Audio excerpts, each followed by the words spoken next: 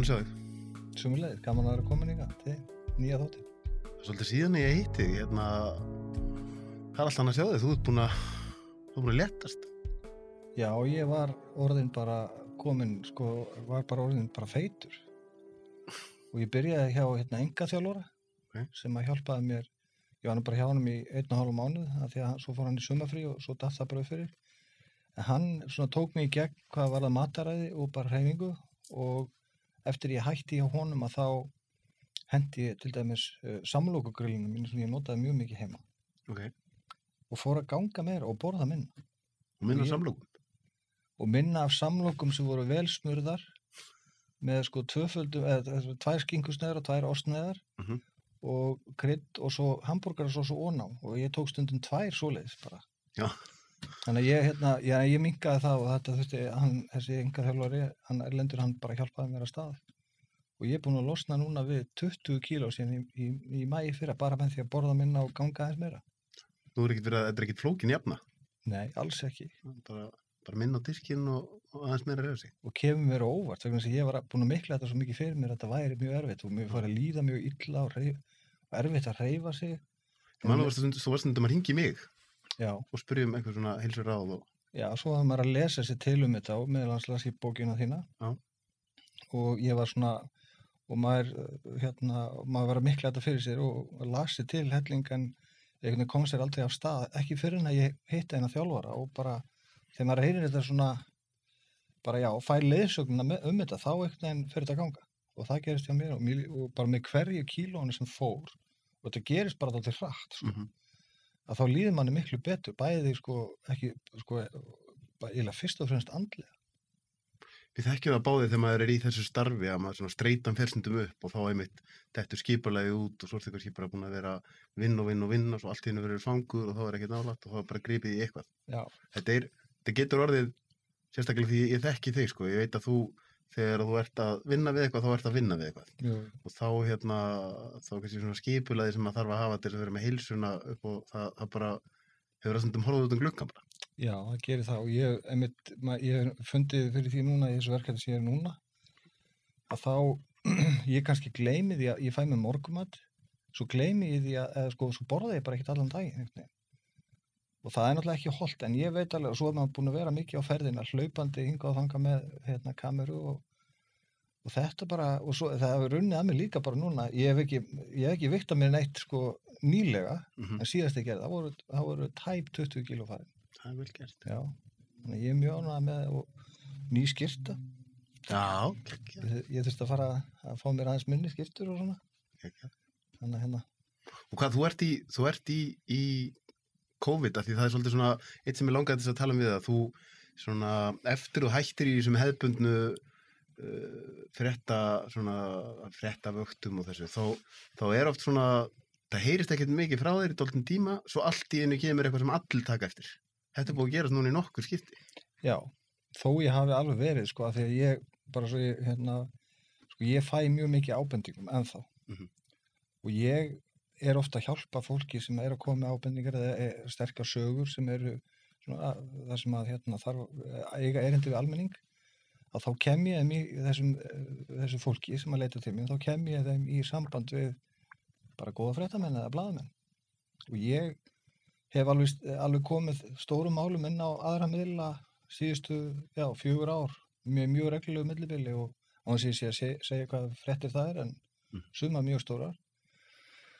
Og ég eiginlega svona eftir síðustu árum, að þá er maður að átta sig betur og betur, því að ég var svona, mér finnst ég vera búin að gera ansi margt í blaðamennsku á Íslandi. Ég er búin að fara í nokkra hringi, finnst mér, með mörg, ég er búin að fjalla mikið sum mál, og ég er búin að snerta mörg mál á alls, svona anga samfélagsins, bara hringin í kring einhvern veginn, En það sem að mér finnst skemmtilegast að gera, það er eiginlega 3 hlutir, og það er það að þegar þú færð stórt og flókið mál, og þá get ég tekið sem dæmi bara markaðsmisnotkun bankana, sem var hérna eftir hrun, og það var talað um einhverjum einasta fréttatíma, og meint markaðsmisnotkun bankana, það vissi enginn hvað þetta var eitthvað, það skildi þetta bara svona einhver fámennur hópu fólks, og og ég fekk hérna ákveðin gögn í hendurnar sem að þetta voru gögn sem að voru frá fjármála eftirlitinu og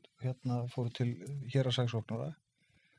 Það sem að var bara verið var verið að segja frá því hvernig markaðsmisnotkun þessari þriggja banka, hvernig hún fór fram.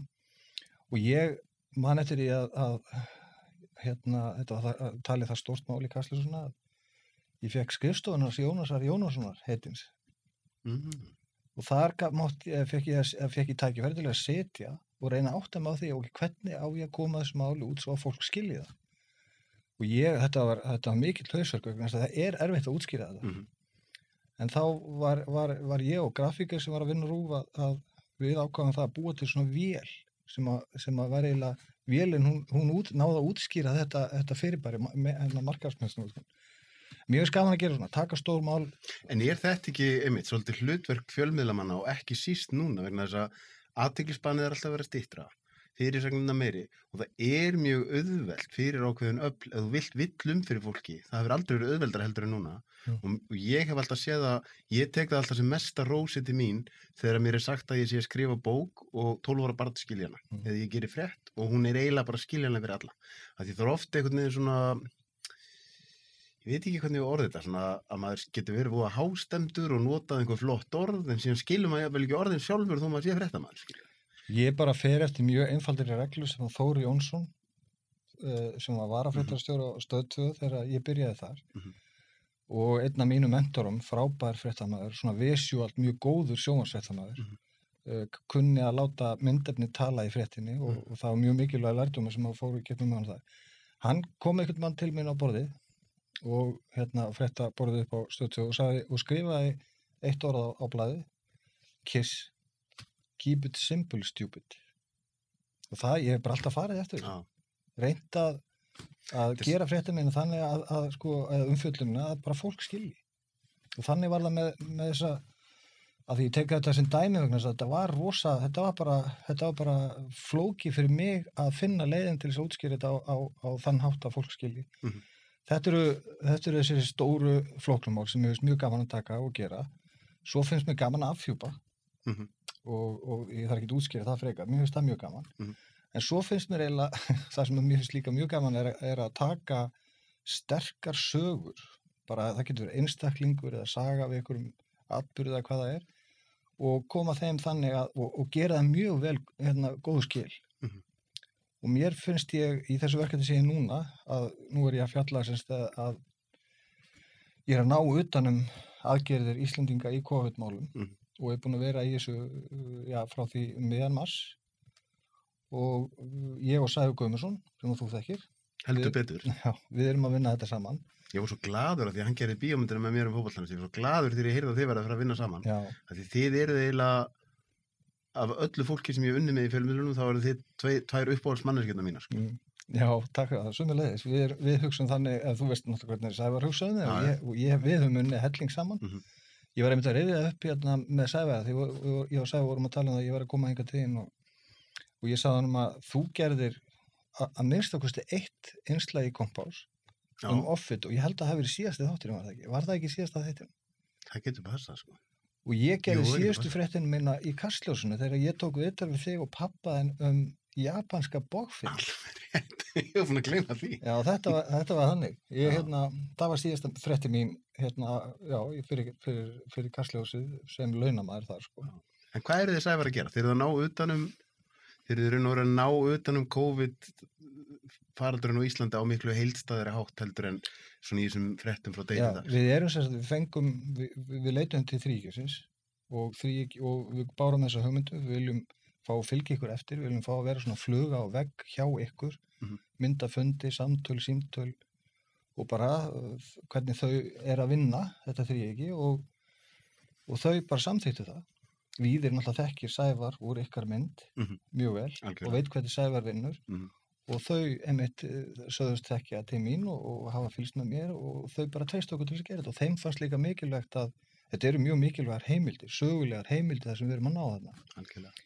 En síðan hefur bara sagan, þessi atburðarás, hún hefur borið, fór vestur á Ísafjörð í byrjun apríl þegar að smitin eru að komast í hámark þar. og ég ætlaði mér að vera og ég komst við illan leik sko, það var svo vont veður. Ég er, þú veist, ég kalla mig Vestfirðing. Þú ert Vestfirðingur? Ég er Vestfirðingur, já, og margoft keyrt í brjálu veðri fyrir vestan upp á heiðum og svona, en það var ein ástæðan fyrir því ég komst yfir Steingrímsfjarðarheiðina eftir að hafa sofið í bílnum á Hólmavík, að ég gat ekki á þessum tíma gast ekki banka upp á hjá neinum. Það bara smitt, það var allir svo hræddir við smittið. Þannig ég var sem betur fyrir með sængina mín í bílnum og ég svaf bara á höfninni. Þetta bara beint frá bíli. Já, og svo fór ég morguninn og þeir allir að hætta sko að móka Steingrímsfjarðarheiðina, það var svo brjála veður. En svo var þarna maður sem var á vörubílnum sem ég elti, ég hefði aldrei komist yfir nema ég hefði elti hann, það var svo blind. Að hann sagði, við verðum bara að móka þetta, það er að koma síni að vestan og þau þurfa að fara suður. Þetta snýrist allt það. Þannig að ef að sínin hefði ekki verið á leiðinu suður, þá hefði ég ekki farið yfir heiði, sko. En leið og ég kem þarna vestur, þá kem ég í rauninni inn í svona ástand þar sem að starfsfólki á spítalanum á Ísafirði var bara að fást við rosa erfitt verkefni, að berjast við það að, þú veist, hindra smitt og smitrakning og allt sem að fylgir þessu og sérstaklega þeirra hjúkrunarheimili í Búlangavík þar sem að smittið kom upp. En það sem að okkur tókst í rauninni að ná með því að fara vestur og ég ætla notabenni að vera þarna einhverja 3-4 sólarhringa, ég endaði með að vera í 17 daga, bara í stanslausum tökum að því að var svo mikið að vera. Að það náðu við því þegar þetta litla samfélag fer á hliðina vegna veirunar og svo náðu við því hvernig fólkið næra rétta skútuna við aftur og þetta svona mikrokosmísk mynd af því hvernig veiran bara fór með heiminn. En þarna ertu með pingulítið samfélag og við náðum utan það, en þú veist, við getum tekið dæmi hjúkrunarheimili í New York, í Brooklyn, 50 manns eða vistmenn sem að deyja og 300 manns starfsmenn fari í sótkví og einangrun og hluta þeim degir. Þú nærð ekki yfir svona stóra atburði. En þarna náðu við utan þetta að því að þú veist, það allir að gera það sama, reyna að bjarga hlutunum og koma í upp fyrir smittana á flestum stöðum og svo fyrir utan þetta þá náðu þessum persónulegu sögum.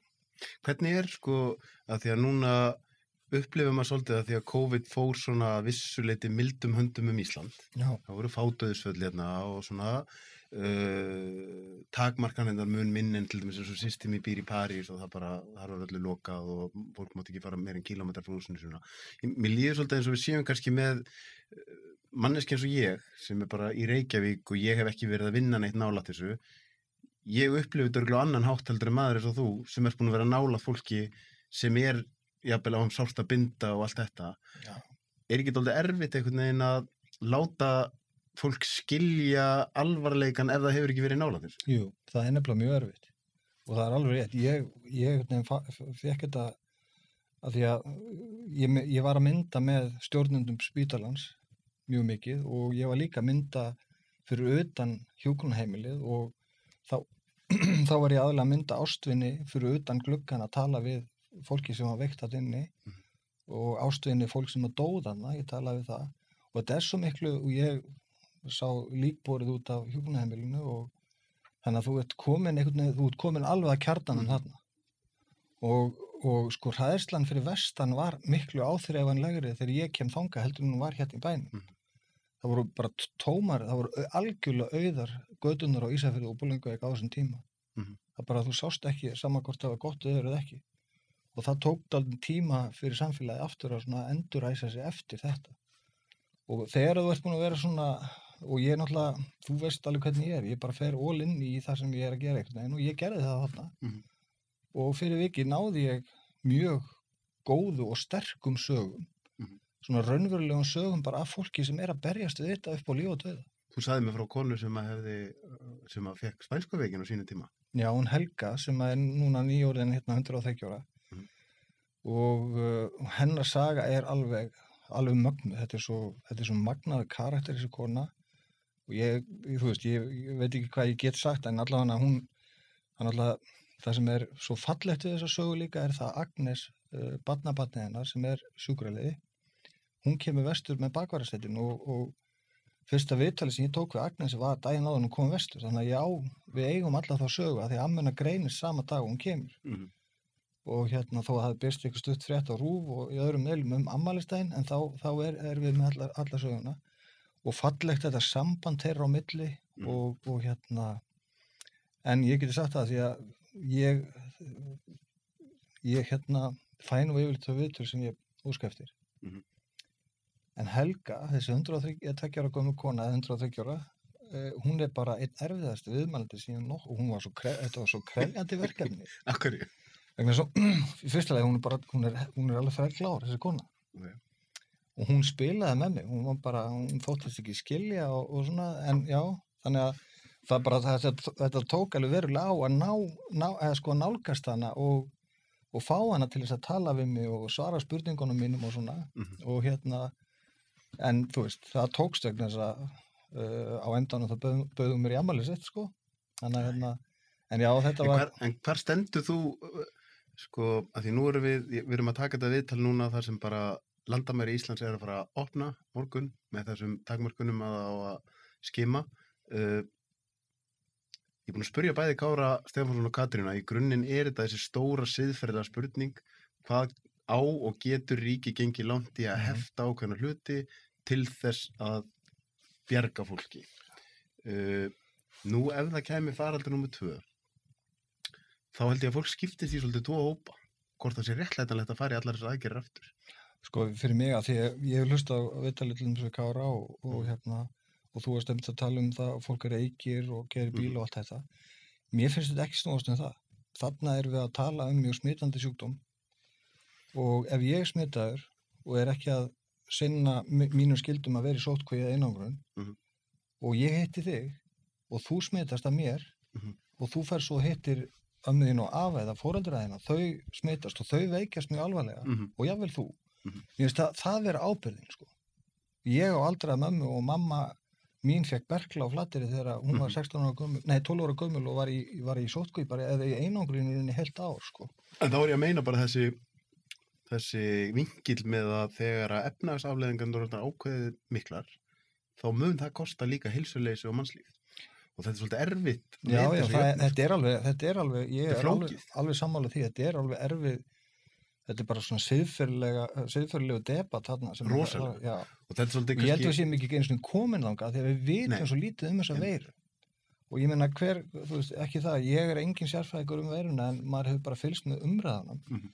Og hvernig mun þróast þessi veira? Mun næsta hópsýking á Íslandi bara verða það mikil og stór, mun það gerast inn á hjúkrunarheimili eða inn á stóru hjúkrunarheimili Reykjavík sem það er það sem ég óttast mest. Þannig að ég er búin að sjá afleiðingarnar fyrir vestan, þetta var bara hræðilegt að sjá þetta gamla fólk svona mikið veikt og þá sem að létust líka.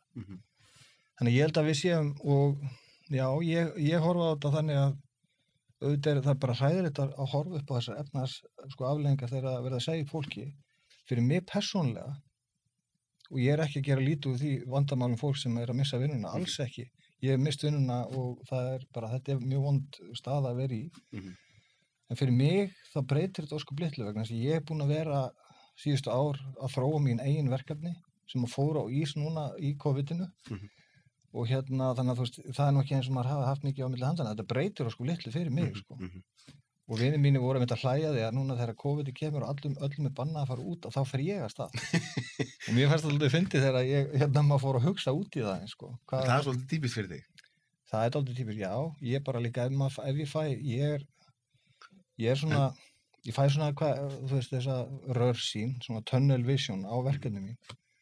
Og ég bara, það er svo þrösku bara að klára þetta. Já. Hvernig ég held nefnilega að þú sért svona, þú er kannski auðveldara með þetta en ég fann það þegar ég gerði bíómynduna fótboltalandslið. Það er fyrsta skipti sem ég gerði verkefni svona langt, að það er að segja afraksturinn af vinnunum minni var ekki að fara að koma fyrir eftir rosalega langan tíma. Já. Og það fyrir eitthvað sem er vanur í að vera í fréttum, að ég ger eitthvað og það kemur bara í fréttunum kvöldið. Já. Hvernig er tilfinningin að vera að ná í svona gott efni og vita einhvern veginn, ég má ekki setja þetta út strax, ég þarf að bíða með þetta. Þú lýgur ég ekki að mér þetta sé ekki erfitt. Ég lærði rosa mikið af Panama-skjölunum þarna. Já. Ég var að vinna í heilt ár í þeim og það fyrsta þegar ég fór á fyrsta fundinn minn í Washington með alþjóðasamtökum rannsóknarblaðamanna þá sagði aðstoðar framkvæmdastjóri þessar alþjóðar samtaka, hún Marina Walker sem reyndar hætt, hún farin að vinna hjá Pulitzer stofnuninni. Þá sagði hún við þetta var svona fámennur hópur, þetta var BBC og þetta var Süddeutsche Zeitung og já, og fleiri fjölmiðlar og svona þekktar kanónur Le Monde og svona, aðalritstjórinn og það var alveg verið að pískra að þarna væri þetta fólk. Ég Lilli frá Íslandi. En hún sagði það við alla sem að gengu inn í fundarherbyggi, þar sem þetta var haldið. Hér fyrir utan dyrnar skilja allir egóið sitt eftir.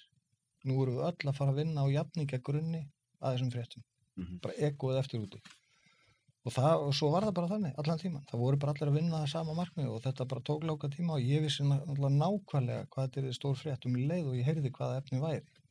En ég man að einmitt mánuðina þarna undan að þá af því þú ert búin að vera fjölmiðlamaður á Íslandi og búin að vera svona svolítið mjög reglulega fyrir augum fólks sem kemur alltaf bara langt tímabildi sem heyrist ekkert frá þér að það var bara verið að spurja þig og konuna þína hvað bara þú veist, Jói hann atvinnulaus bara, þú veist, hvað hann að gera og þú gæst ekki sagt neitt. Nei, mér veist að mjög fyndi þegar að vinkonur konuna minnar fór að spurja, og vinkonur og tengdaforeldrar mínir fór að spyrja Brynju mína það hvaða aumingja ertu með? Hann er ekkert að vinna og ekkert að gera. Og hún gat náttúrulega ekkert sagt. Man eftir. Og svo lendu við í því einhvern veginn að vinkona Brynju kemur í heimsókn bara svona algjörlega án alls fyrirvara. Og ég var að ryksuga íbúðina og ég var alltaf með upp á vegg svona, ég setti plastpoka fyrir gluggana því að til þess að vera öruggur ég var bara að gæta öryggis bara með að það væri ekki hægt að sjá í gegnum gluggan inn á vegginn og ég hengdi upp svona mindmap sem mjög gott að vinna með til þess að ná utan mál og svo ég bara reiks og hún opnar hörðina, kona mín og vinkona gengur inn og ég einhvern veginn bara fæði svona smá panikasta því ég vildi ekki hún myndi sjá vegginn af því að það var mjög áberandi hvað var á veggnum. Þannig ég einhvern veginn bara stýri henni inn í eldhús og segi ekki snúa við, fer á vegginn og ríf allt niður. Þetta var mjög skrið og henni brá svo mikið. Og svo þurfti ég að fara að útskýra og ég sagði að þetta er bara smá sem ég að vinna og ég gat ekkert útskýrt það neitt betur. Þetta var mjög svona... En þetta ekki skrítið? Jú, þetta var mjög skrítið, auðvitað. Þú, sko, því að það er einhvern veginn, þegar ég var að undirbúa viðtalið þá því, sko, þú ert, eins og ég segi, þú ert af öllu fólkinu sem ég var að vinna með í fjölmiðlunum, þú ert besti vinur minn af fjölmiðlafólki sem ég vinna með, skilur og leiðir okkar hafa oft krossast og ég mundi eftir því að þú bauðst mér að vera með þér að einhverju leiti í Panama-skjalamálinu en þá var ég að gera bíómyndir fótboltalandslið.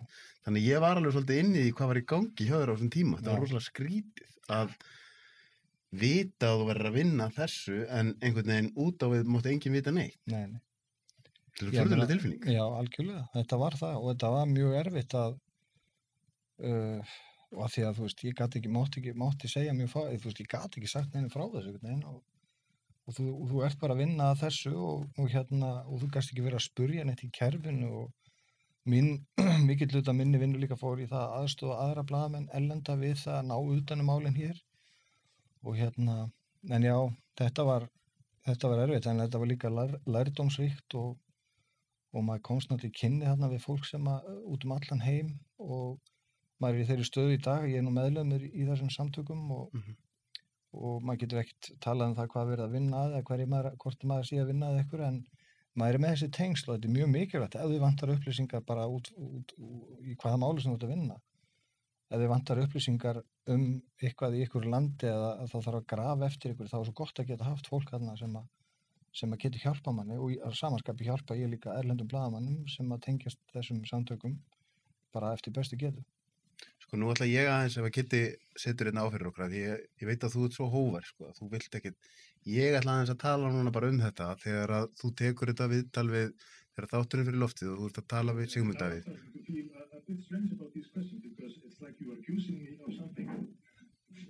Svo stígur þú inn. Já. Já, þetta er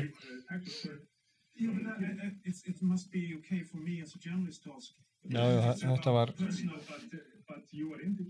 sko það er bara svipurinn á honum leið og þú stígur inn þá veit hann er í vondum málum það er einhvern veginn svolítið þannig og sko, það hefur ekkert bara oft gerst ef einhvern tímann að blaðamenn fella forsætisráðherra.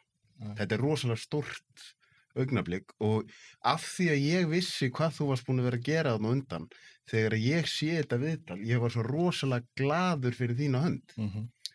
En síðan fara samt svona einhvern veginn furðulegi hlutir að stað, svona bara alveg í blá byrjunin eftir viðtalið. Það var einhvern veginn verið að reyna, og þú er svolítið oft lent í þessu, það er svona einhvern veginn verið að reyna að segja sér það að gera eitthvað óheiðalegt. Já, svona diskreditera.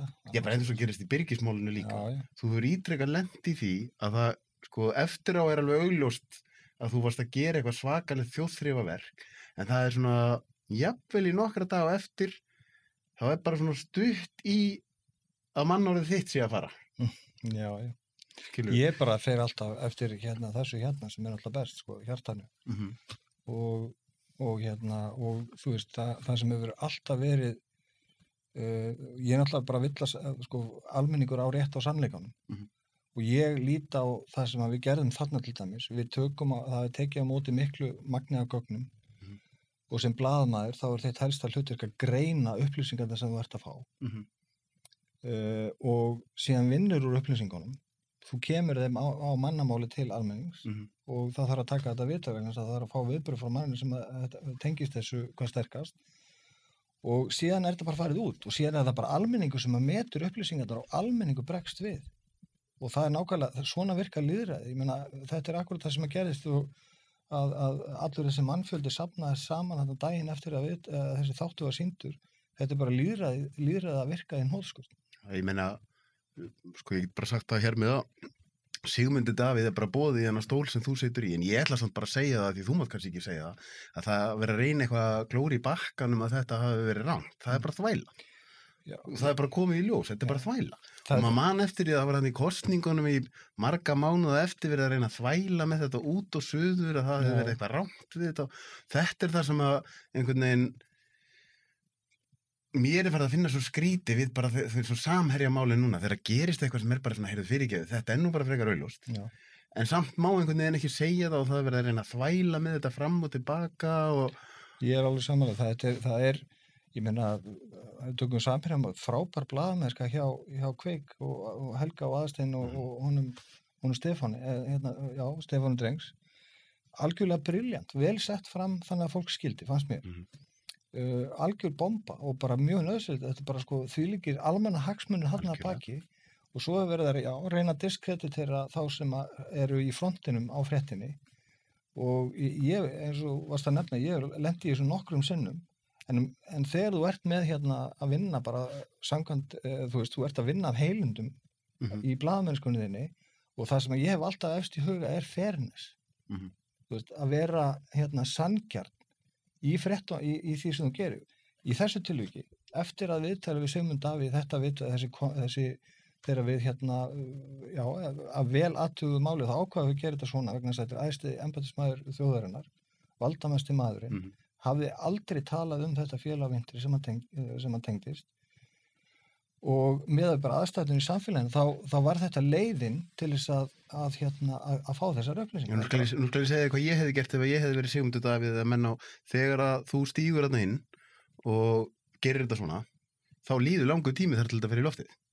Já, þú hefði kannski verið í svolítið skrítinni stöðu ef að Sigmundur Davíð að fólkið hans hefði hringt í því daginn eftir og sagt, heyrðu, þetta var svolítið furðulegt að því hann var ekki alveg tilbúinn, við viljum endilega ræða með þetta mál, hann sest niður með þér. Já, en það sem við gerðum, við buðum honum 8 eða 9 sinnum í annað viðtal. Ég veit það, en þess vegna er svo fáránlegt að vera að reyna að gera þetta skrítið. Já, ég meina það er ekkert, þú veist, ef hann hefði samþykkt að koma í annað viðtal vegna þess að það var sanngjarnt að bjóða honum það, að því þetta kom ekki mjög vel út hjá hann. Nei, einmitt. Og ég er að segja að það hefði kannski gert, og þetta er það sem að mjög svo oft gerast, er að það myndi setja þig í svolítið erfiða stöðu með að birta þetta svona, ef að það hefði verið sagt, heyrðu, ertu til í að birta þetta kannski ekki svona, ef að við bara leggjum allt á borðið og setjum þetta niður í viðtal. En við vorum búin að rekna með því að myndi koma í annað viðtal. Það var algjörlega það sem við vorum búin að rekna með og við vissum þá að svörin við myndum ekki birta allt þetta, allan þennan bút, en hann gaf ekki kost á öðru viðtali. En hvernig mér langar að spyrja þig út í svona dagan og undan þegar þú ert að birta svona og veist úr með þetta í loftinu og veist að hann veit af þessu og alveg eins með byrgismálið. Því ég hef unnið kannski að sambærilegu málum, ekki alveg á, en þú veist, ég hef gert þætti undirheimana og barnamisnotkun. Maður smá óöruggur. Sko ég og Helgi Seljan við gerðum umfjöldun Karl Vigni sem hann alltaf hafði mjög miklar afleiðingar og jákvæðar afleiðingar. Og við gerðum nokkur svona stór mál saman og að því að við erum nú báðir utan á landi og höfum báðir verið á sjó að þá nú á sjónum oft tala bara svona alveg íslenska og meðal annars ég ætla að fara að drulla þá því þegar maður að fara á klóstið sko. Tandurinn íslenska. Já, og við töluðum við töluðum það svona okkar á milli að nú maður með drulluna sko. Réttir útsendingu á okkur stóru máli.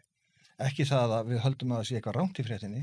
Nei. Þetta bara alltaf þetta moment þegar að þú veist að eitthvað stórt að fara út og þetta ekki hræddu við viðbröðum vegna þau einhvern veginn Ég meira meina læðist ekki hugsun að þér þetta er valdamikill maður eða eins og Guðmundur í byrginu, hann þekkir alls konar fólk. Nei, að þú sért í hættu. Ég hef ekki, nei.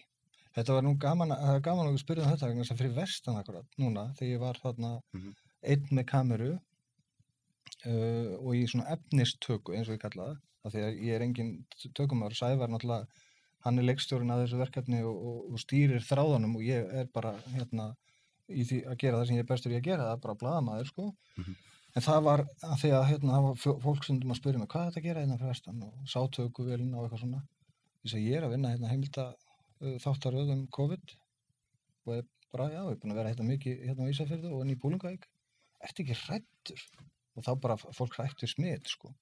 Og ég fann alveg virkilega fyrir ótta fólks. Og ég var ekkert að spá í þetta, og ég bara passaði mig vel, en ég meina, kannski er maður svona vitlaus að vera ekki að Ég held að þarna líki smá munurinn á okkur, við rættum þetta svolítið á sínu tíma. Ég er mjög góður í að taka viðtöl, en þú ert betri í svona að fara í drulluna og moka vegna þess að þú þið góður stríðsfréttamaður. Ég veit ekki hvort að ég góður í því. Nei, já, það getur vel verið. En mér finnst rosa gaman að vera akkurat í þessu að, þú veist, þannig ertu alveg komin í grunninn á blaðamennsku. Þú ert að fylgja eftir fólki og þú ert að fá fólk til þess að tala við þig, samþykkja viðtalið, þú ert að hringja fullt af símtölum og þú ert að sannfæra fólk það að koma í viðtal og þú ert að sannreyna hluti. Þetta er bara alveg svona pjúra blaðamennsku. Mér finnst þetta mjög gaman. Nú veit ég að þú ert ekki í fjölmiðlum eða blaðamennsku fyrir athyglina. Nei. En það lítur að hafa verið eftir að Panama-skjalabrettin kom út. Þegar þú sérð Austurvöll fullan af fólki og viðbröðum sem þú fékkst. Það lítur að vera gaman að fá staðfestingu á því að maður sé að gera eitthvað rétt. Og ég hitti því síðan í Kaupmannahöfn nokkrum dögum eftir þetta, manstu eftir því? Já, og þá sagður mér að var það ekki menntamálaráðherra Svíþjóðar? Jú, sem að einmitt kom og bara hún bara grét á öxlina mér. Sko, ég get alveg sagt það, þegar ég fór niður á Austurvöll þá gerði ég það bara fyrir Svein Bergmann vinn minn, vegna þess að ég samþykkti það á sín tíma, löngu áður en að við tókum viðtalið við Sigmund Davíð, að hann vildi vinkla Ísland inn í hans frétt fyrir upptakransning. Og mér fannst það, þú veist, ekki, það var líka þýsk stöð, eða 2 þýska stöður sem voru að gera þetta, þýsk og frönsk segi, þannig að ég sagði bara, ok, ég er alveg til í það, ég meina þetta er bara, við erum að fjalla fréttin og ég vissi alveg, og það töluðu allir það í þessum alþjóðasamtökum, þetta er stærsta fréttin í þessu, það er Ísland. Og það þar sem er þetta moment þar sem er mynda þér og síðan fólkinu. Já, og hann baði mig að fara niður til. En af hverju gerir þetta bara fyrir hann? Af því ég var bara að vinna og hann bað Brynju konuna minni líka að koma. Og ég sagði við hann, nei, veistu, ég er ekki alveg til. Og bara hann eins og ég vinn við að fá fólk til þess að koma í viðtalið að gera eitthvað, þá bara vann hann sína vinnu vel og fékk mig til þess að gera þetta. En mér leiði alls ekki vel, vegna þess að mér finnst Það er athygli óþægileg. Já, mér finnst það eiginlega, þú veist, mér finnst líður best að vera bara, mér líður rosa vel að vera bara heima hjá mér og ég fer rosa lítið út, sko. Og á með, þú veist, ég hitta vini og svona, mér finnst það mjög gaman, en já, en þú veist, það var bara, þetta gerði ég bara fyrir Svein Bergmann og ég veit nú ekki hvort ég held ég hafa ekki ekki sagt frá því áður og þú veist, ég var líka mjög feiminn við þennan þátt þarna á uppdragsgranskning sem að mér fannst þetta ekki þægilegt en þú veist, ég var búinn að samþykkja að gera þetta og gerði ég þetta. Ég er athyglisjúkar en þú. Já, allir það ekki. Það er bara svo hlis. Það er margótt búið að byrja með að koma í viðtöl hitt og þetta og þú veist, allt frá því að mæti í eitthvað alveg toppviðtal og allt og niður í það að þú veist að segja hvaða jólagjafir, mér finnst, eða hvað er bestu jólagjafir sem ég fengi, sko. Og ég bara, þú veist, þetta er eitthvað sem mér finnst ég þurfa að hafa tilgang fyrir því eins og núna til dæmis. Mér finnst þetta mjög merkilegt verkefni sem ég er að gera. Mér langar að fólk vita af því sem ég og Sævar erum að vinna. Mér finnst þetta skipta máli og auðvitað, ég vona að fólk, ef það hefur eitthvað svona COVID-tengdar sögur að hafa samband líka. Þannig að það finnst mér skipta máli. Kompás. Ég man að því við byrjuðum á stöð 2 á svipuðum tíma. Hvað er eftirminnilegast? Ég held að sé nú bara, Róbert Marshall, ég kynntist honum nokkrum 2 árum áður og þá sagði ég Róberti frá því að mér langaði til þess að gera fréttaskýringa þátt. Þá var ég að vinna á Víkurfréttum. Og við vorum akkurat staddir í Suður-Afríku að hitta Nelson Mandela. Já, þú hittir hann.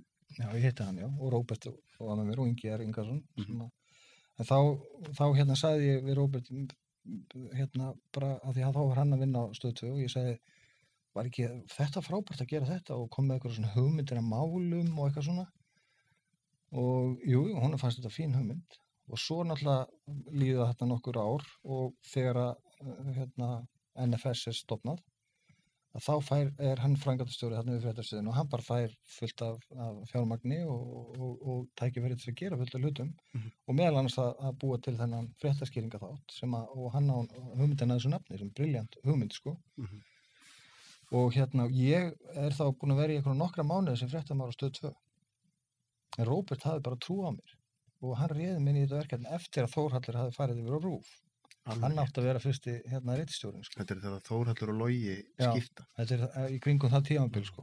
Þannig að, og ég kem að einu svona óharfnaður í þessu. Ég hafði þó gert þarna einhverja fréttaseríu sem Þór Jónsson mentoraði mig í gegnum með mér, sko.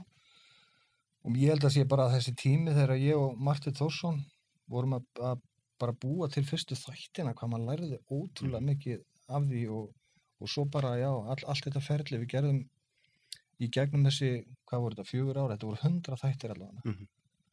Og við gerðum fullt af góðum hlutum, góðum fréttum.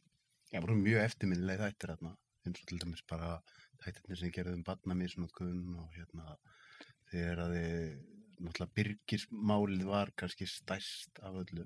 Ég hugsa að það hafi verið stærst hjá og svo náttúrulega bara umfjöllun vímuefni og það var, ég hafði alltaf gæðið gaman að því að þetta var sýnt lengi í grunnskólum, efnið úr kompási, bæði varðandi barnaníðingana og þá sérstaklega þegar að krakkar passi sig á netinu á þeim tíma, þá var ekki komið Facebook, það var engamál og eitthvað svona og já, það var frá fullt af hlutum sem hafði áhrif og það sem blaðamaður vildi það náttúrulega breyta samfélaginu betri, svona gera það eins betra með því sem þú gerir. Mér langar að spyrja það eins að því ég hef gert það sama, ég gerði held í 4 fréttaskýringa þetta á Skjá einum barnaníðinga mitt og það voru svo margir sem spurðu mig og það endaði með að ég fæ einn þeirra í viðtal og þú hefur gert þið sama. Það voru svo margir sem spurðu mig eftir viðtal, 30 mínútna viðtal sem birtist að hvernig fórst að því að vera ekki reiður og ég sagði fólk að vegna þess að ég var ekki reiður vegna þess að jafn mikið og ég skil ekki hvað maðurinn er að gera, þá sé ég að hann er veikur. Hvernig er fyrir þig eins og bara til dæmis þegar þú ert búin að sjá allt varðandi Birgismálið, þegar þið síðan loksins náið viðtalið við Guðmund fyrir utan Súfistan og eins þegar þú hefur verið að nappa barnaníðingun og svona. Því þegar ég horfi á þetta þá nærði að vera mjög hlutlaus. Eru mikla tilfinningar innra með þér þegar þú ert að gera svona eða hvernig líður? Ef við tökum bara Ágúst Magnússon sem að kom inn í íbúðina sem vorum í þennan kompástátt þar sem að hann ætlaði að koma, sko, hann setti sér samband bæði við þessa tálbeitu sem var stúlka og svo drengin líka að ég þekkti hann ég sá hann bara í mónitornum, þetta væri Ágúst Magnússon, ég hugsaði með mér, ég trúi því ekki hann sé að koma, en ég var svo ánæður, vegna þess að þetta Predator, hann er með ólæknandi barnagerindi eins og stendur í sálfræðimati niður hún. Og ég hugsaði bara með mér að, þú veist, ok, þetta moment, þarna fær fólk að vita það, hann var að vernda á þessum tíma, sko, í afplánun af fyrra broti sem var hræðilegt alveg. Og ég hugsaði með mér, já, það er þetta akkurat sem við eigum að vera að gera. Við eigum að vera að sýna þetta fólk sem er að, þú veist, að reyna að gera þetta og gera þetta, að misnota börn, eins og í þessu tilviki hann. Og hann hljóf síðan burt frá mér hérna eitthvað og ég hringdi strax í hann og talaði við hann og ég bara bauð hann að koma í viðtal. Og það sem ég hugsaði með hann það var tvennt sem ég hugsaði með en ég var að taka viðtal, ég man þetta, við vorum að gera þetta inn í sminki á Stöð 2, við vorum svo snöggir að græða þetta af því ég var hræddur að myndi að hætta við. Ég hugsaði með númer 1, það er mjög gott að hann sé myndbirtur hérna vegna þess að fólk þarf að þekkja andlitið á honum og foreldrar barna bara. Og svo númer 2, þá finnst mér að skipta mjög miklu máli að fá upplýsingar hvort það séu fleiri fórnarlömb en hann var dæmdur fyrir. Og það kom á daginn að hann viðurkenndi að mér minnir hann hafa sagt, já, það eru svona 7, 8, 9 fleiri fórnarlömb. Mér finnst það bara að skipta máli og ég held að eitthvað að þeim hafi farið aftur í rannsókn eða ég man ekki alveg hvernig það var en þú veist, ég var ekki reiður en mér fannst þetta bara að skipta miklu máli að koma þessu út. Sko. Hefur verið að lendi eins og ég lendi til dæmis í með einn af þeim sem að ég eldri maður og hann þekktist síðan þó að við höfum blörrað hann og annað þá einhvern veginn þekkti þann. Og hann hringir í mig eftir að þátturinn fór í lofti, sama kvöld þátturinn fór í lofti, hringir hann í mig og segir, Sölvi, nú þetta bara búið. Og ég segi, já, hvað búið? Já, ég þekktist og konan að fara frá mér og nú lífið mitt bara búið. Og ég segi, já, ok, en ég búin að vera hérna í 3 mánuði að tala við þessum 12 ára stelpa. Viltu ekki freka líta á þetta þannig að lífið þitt sé að byrja núna aftur, af því að þú hefði verið í þessu áfram. Og þá kemur löng þögn og svo segir hann, jú, það er kannski rétt hjá þér. En einhvern veginn, jáfnvel þú maður vita að þessi menn sé að gera rosalega ranga hluti, þá er verið að reyna að koma smá sektarkennd inn á mann. Hefur verið að lenda í þessu að ég til dæmis þegar ég gerði þáttunum Sönn Íslensk sakamálum Byrgismálið, þá hringdi Guðmundur í mig. Mörgum árum eftir Byrgismálið. Og ég tók 20 mínútna símtal þar sem að hann var að reyna að sannfæra mig að það væri svo rangt að mér að setja hann þátt í loftið og ég var að gera það með Sævari. Þannig að þú hlýtur að hafa lent í þessu að einhverjur hafa verið að reyna að koma á sektarkenndi þar því þú hefur ítrekkað svona að vissuleiti eins og bara með Guðmundi Byrginu. Það eru þínar aðgerðir sem að setja mannin í fangelsi og flest allir eru náttúrulega sammálum að þetta sé þjóðþrifaverk en hefur verið að hafa þessi einstaklingar sett sér í sambandi þig?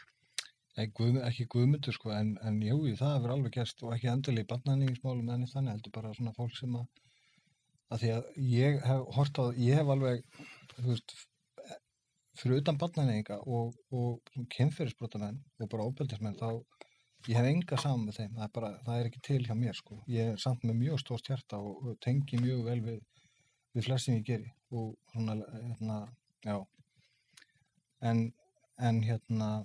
já, ég hef alveg lent í því og það er verið að reyna að spila á samviskunni hjá manni, en það er bara, þú ferð alltaf eftir þessu hérna, þú veist hvað þú ætti að gera, þú ert með gögnin fyrir, þú veist, þetta er annað ef að, þú hefur örugglega lent í því sem blaðamaður, það er fullt af upplýsingur sem maður er með hérna í hausnum, það er, og sérstaklega kannski varandi kynferðisbrot, þú er búin að vera með manneskju fyrir fram að sem grætur og hún segir frá því að einhver maður gerði henni eitthvað eða honum fyrir einhverju síðan og þetta getur verið þjóðþekktur einstaklingur. En það er ekki hægt að gera, þú getur ekki farið út með máli vegna þess að vantar, þú getur ekki byggt upp máli vegna þess að vantar að gögn í þetta. En þú ert alltaf með þessar upplýsingar í hausnum, þú getur ekki sagt frá því, þú myndi aldrei segja frá því. Og mann líður illa þegar maður sér manneskjuna kannski, þú veist, á einhverju í sjónvarpsviðtali eða hvað það er, sko. Þannig að en já. Ég held að þetta sé, þetta er áhugaverð umræða, þetta er sem fólk kannski gerir sér ekki grein fyrir, eins og til dæmis þegar Byrgismáli fór út, hvurslags vinnu þið voru búin að leggja í þetta undan. Og eins og ég gef mér, þó ég sé ekkert inn í þetta samherjamál fyrir út núna, en það er einhvern veginn, sko fjölmiðlamenn er ekki að tala svona nafngreinda einstaklinga nema þeir hafi rosalega mikið á baku sig. Það er bara, Af því það er mjög oft þannig að þú hefur jafnvel 80-90% vissu, en það er ekki nóg. nei, ég er bara mjög ánægður að Kveikur sé á dagskrá. Mhm. Kveikur, þetta er góð þáttur og margt gott sem þeir hafa gert. Þetta er svona að langmæstu leyti vel skipað af fólki þarna Mhm. og þetta er eitthvað sem að RÚV á að vera að gera og ég er mjög bara mikil stuðningsmaður Kveikur, sko. En þú oft náttúrulega verið að gera svona þætti. Og sko, þú hefur verið rekinn frá Stöð 2, Mm. eins og ég, en þú hefur líka verið rekinn frá RÚV. Já, ég hef einu sinni verið rekinn og svo ekki endurnýjað samningur af því þeir vildi aldrei fá mig á fastan samning. Já, ég er alveg búinn að rendi þessu og var alveg og fór alveg í gegnum þetta skeið þar sem ég var mjög reiður inn í mér og akkur er þeir ekki að velja mig eða þú veist, akkur viljaði mig og eitthvað svona og ég var eiginlega mest pirraður þegar erlendir blaðamenn vinir mínir sem að maður hefur unnið með og spurja hvað þetta gerir. Ég segi ég er bara að vinna hjá mér sjálfum og þetta akkur er ekki að vinna þannig. Ég bara, mér er ekki verið búið vinn og þeir spurja af hverju og ég segi bara ég bara veit það ekki, ég menna en samt, þú veist, og á þessum tíma hugsa ég, ok, maður er velunaðasti blaðamaður landsins og Akkurat. búinn að fá Pulitzer velun sem að, þú veist, það er og verið tilnefndur til Emmy-veluna en svo bara er ég, það er löngu síðan ég er alveg, ég er svo ánægð með það sem ég er og ég bara og ég veit alltaf ekki að, þú veist, ég einu svona veldi ekki fyrir mér í Nei, ég er nefnilega þekki og ég veit að þú ert ekkert að velta þessu fyrir þeir að væla, en þú varst að nefna þetta, sko, Pulitzer, Emmy, blaðamannaverðlunin og allt þetta, sko, fyrir mér er það að íslenskir fjölmiðlar sé ekki á eftir þér, sko, að ganga á eftir þeirra byggjum og gerir fréttaskýringa þátt. Það er svolítið eins og... Kannski er ég svona erfiður, þú veist, ég veit alveg hvernig Þóra Arnórsdóttir sem er brilljant ritstjóri og það var alveg mjög gott að vinna með henni og þú ert í öruggum höndum hjá henni bara upp á textagerð og svona bara common sense og akkurat þetta fairness, þessi sanngirni sem þarf að vera. En ég get sagt þér að ég mér finnst leiðilegt að vera í svona live viðtölum sem maður þarf að gera í Kastljósi. Og ég vildi vera í þessu stórumálum, eða þú veist, í þessum þá geta bara aðrir verið í live viðtölunum. Já, en á fyrir móti mér er þetta bara svolítið eins og við verðum að velja íslenska landsliði í fótbolta. Eiður Smári er upp á sitt besta, en nei, það er einhver annar númer 9. Hann er í framlínunni í Grindavík og hann er ekki óþægilegur. En til að taka upp hanska fyrir til dæmis þau, eða þegar ég var í Kastljósinu á hana og þau, að það náttúrulega var bara staðan svo að þetta var bara þú veist, það bara voru ekkert miklu peningar þarna til þess að gera þetta og ég bara, þú veist, það er bara þannig í dag. En ég horfi líka bara á þetta þannig að mér finnst ég bara líka búin með hennar pakka. Ég er í þróun á 2 stórum verkefnum, svona alþjóðlegum verkefnum, sem ég get í raun ekki talað núna, en þetta eru verkefni sem ég er búin að leggja allt í þetta og þau ég geri þau bæði hérðan og það skiptir mig alltaf mestu máli og ég veit að þetta mun skila sér, sko, ég fæ fjármagn í þetta og þegar þú veist, þetta er á ís núna en núna er ég að vinna COVID, þú veist, en svo þetta þarf bara að vera íslenska leið, maður þarf bara að hoppa inn í verkefni. Ég var alveg til í að, eins og Aðalsteinn Kjartansson sem að vann með mér Panama-skjölinu sem er algjörlega brilljant blaðamaður. Hann sagði mér einu svona að, þú veist, ég spurði hann, já, til að testa hann hvort hann, af því ég hafi tekið eftir honum, mér fannst hann skrifa góðan texta og hann var svona kjarnyrtur og komið svo vel frá sér þessum fréttir sem hann gerði. Og ég spurði hann að þegar þú tónir þekktur í sjónvarpi, fréttamaður, allar þá að fara í PR-mennsku, eins og margir gera. Og hann sagði bara, nei, ef ég myndi hætti í blaðamennsku þá ætla ég að opna matarvagn og fara að elda.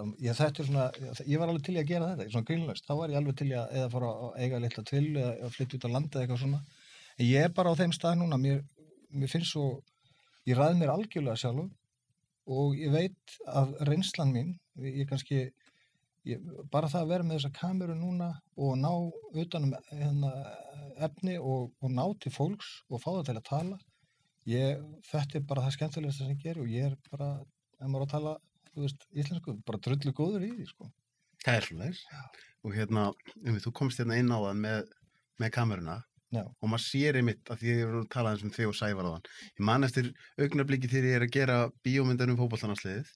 Hún er komin mjög langt í klippinu. Við erum eiginlega bara að vera búin með myndina og svo er ég og Sævar Guðmundsson er ekki 23 ára strákur nýkominn úr kvikmyndaskólanum.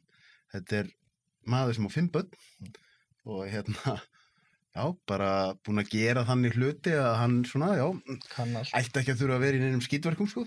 Og ég að keyra heim til mín rétt undir miðnætti og þá sé ég mann á umferðareyju á Suðurlandsbrautinni vera með myndavél að skjóta Hótel Nordica. Og ég keyri bílinn og svo kem ég nær og segir, þetta Sævar. Og svo stoppa ég bílinn og fer hann eitthvað nálægt umferðareyjun og þá segir hann, já, okkur vantaði svona nætuskot af. Og það sem ég upplifði allan tímann og hann var þessi rosalega ástríða, sama þó hann sé búin að vera að vinna við þetta í öll þessi ár. Og ég upplifði það sami þér. Já, það og ég meina, ég og Sævar erum alveg svart og hvít, sko. Þú veist hvernig hann bara svona frekar rólegur og svona, á meðan ég flýg hátt með hugmyndir og annað. Hann reyndar alveg með flottar hugmyndir, en við vegum hvort annan mjög vel upp. Hann rólegri en við. Já, hann talsvert rólegri, sko. En þú vill líka hafa svona mann sem kann þetta allt. Hann kann allt í þessum bransa. Ertu alltaf með mikla ástríðu fyrir? Já, ég alveg með það. Þú veist, ég meina, ég gaf út fyrsta blaðið mitt þegar ég var 12 ára gamall. Og djúran blaðið og fjölfaldið það. Ég bara límdi svona inn á, þú veist, skrifaði fréttirnar á ritvél og límdi síðan inn á svona uppsetning, umbrótið mitt var þannig og svo ljósritaði þetta var 8 síður og 25 krónur stykkið og ég man ekki hvort ég hafi prentað 50-60 eintök af þessu og brauði þetta saman og fór svo með þetta í tösku í skólan og ég seldi þetta bara allt á einu degi. Já, bara 1 eintak eftir. Djúran blaðið.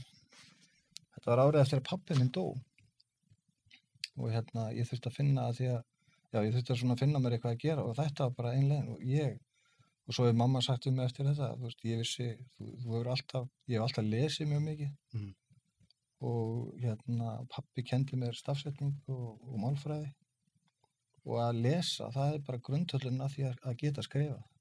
Það bara þannig. Nú veit ég að eitt sko við þig að þú ert mjög lífsreyndur og þú er einhvern veginn unnið við mjög margt og þú gengið í gegnum mikið. Þú sagði núna að þú mist pappa eins og mistur dóttur þína. Eru þetta einhverju leyti hlutir sem að hafa svona einhvern veginn kveikt ennþá meira í þessari ástríðu þá þeir að vilja gera samfélagi betra og... Já, alveg, ekki spurning. Þegar pabbi dó ég var bara 9 ára en 11 ára og við vorum bestu vinir. Ég var kallaður sko vísindamaðurinn í hverjunum mína því við vorum að gera tilraunir saman, ég og pabbi og hann kendi mér á myndavél að ramma inn bara og ég var að lesa með honum bara stjörnufræði og um grísku spekingarna og allt þetta. Þetta var bara alveg það sem ég hafði mestan áhuga á. Danskar uppfinningabækur, þetta og smíðakofa og kassabíla og allt þetta. Pabbi gerði þetta allt með mér. Svo deyr hann bara snögglega og þetta á þeim tíma þegar að sko ég mátti ekki fara inn, ég fikk einu svona hittan á gjörgæslunni. Hann lá þar, hann veikist illa í byrjun desember og hann deyr 10. febrúar. Og ég einhvern veginn svona, og við náttúrulega vorum alltaf svo mikið saman og þetta tímabil hjá mér var þannig að ég var nýbúinn að læra prósentureikning og ég var alltaf að spyrja mömmu hvað mörg prósent líkur á að hann lifi þetta af. Og fyrst var það svona töluverða líkur en svo var þetta bara komin niður í 1% líkur. Og ég hélt alltaf í vonina, bara heyra 1%, ok, þá sjans.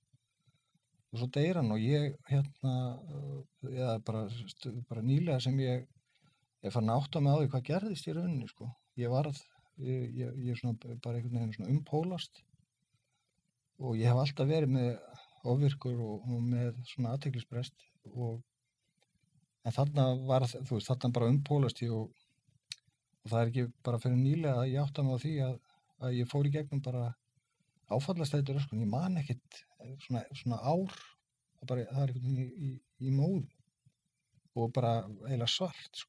Svona einstaka blettir sem ég man, sko. Og ég var bara, og svo var ég bara reiður í mörg ára á eftir og ég var mjög kraftmikill og þessi kraftur eða þessi orka í mér, hún fór bara í allskyns vitleysu og bull, sko. Ég fór á heimavistarskóla og... Hvernig vitleysu? Hvernig vitleysu? Bara afbrot og vitleysu, bara svoleiðis, sko. Mér var bjarga bara með því að vera sendur á heimavistarskóla og svo í sveit á sumrin. Ég var eiginlega ekkert í Reykjavík, sko.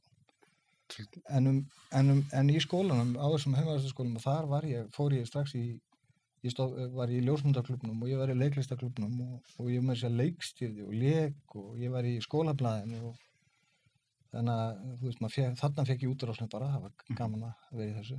En er þetta eitthvað sem, svolítið svipa, Ólafur Darri var hjá mér um daginn og hann lýsti því þegar hann upplifði svakalegt kvíðatímabil þegar að fyrsta barnið hans fæddist. Hann upplifir þetta sem blackout bara. Nokkra mánuði þar sem maður bara man ekki neitt sem fullorðið maður. Þetta er bara svipa. Ég var hjá geðlæknir minn sem að mér finnst að allir eigi að fara til geðlæknis ef þeir þurfa eitthvað að því að geðlæknir, ef þú ert í góðum geðlæknir þá getur þessi einstaklingu hjálpað mjög mikið og hann er búinn að gera það í mínu tilviki. Og það er algjörlega það sem gerðist og ég minna þeir sem náni vinir að þeir hafa talað um það, þú veist, hvað ég var reiður á þessum tíma, sérstaklega þarna, og ég er ekki að tala bara, þetta er langur tími. Ég gat aldrei einhvern veginn, þetta er bara, mér fannst þetta að vera svo ósangjant og ég líka á þessum tíma þarna, ég man eftir, því ég hef alltaf lesið mikið, ég las bók sem heitir Lífið eftir lífið og ég er 11 ára og það er einhver fyrirlestur í háskólabíói með þessum höfundi hérna, þessari bók eða einhverju tengdu því og ég fer og kaupi mig hérna, ég fer bara sjálfur, háskólabíó og hann að tala að því ég bara gat ekki sagt mig við að pabbi var í dáinn, sko. En áfallið þegar dóttir mín deyr þú veist, það er miklu meira en ég gat höndlaði betur vegna þess að ég var búinn að fara í gegnum þessa reynslu og ég hef stundum horft á vinum mínu sem hafa ekki upplifað hann að missa svona nákominn ættingi eða ástvin. Hvað er eiga mikið, þú veist, það er svo mikið eftir hjá þeim. Þetta verður svo erfitt þegar þetta gerist, sko. Man eftir, sko, því ég hef mist bróður minn, ég var náttúrulega svo ungur. En pabbi minn hefur upplifað þetta saman þú, að missa barnið sitt. Ég man eftir því, ég voni sér ekki að segja neitt leyndarmál, að þegar þetta gerist að þá er ég út í Bandaríkjunum og ég sé alltaf á símanum mínum að það er fullt af mist calls frá þér og ég segi landsinu því og þá varst að segja með þetta. Þú hringdir í mig þegar þér leið illa, ég hringdi í þig þegar mér leið illa og þannig var það. Og ég man bara hvað það skrítið að fá þetta símtal því maður veit ekkert hvað maður á að segja.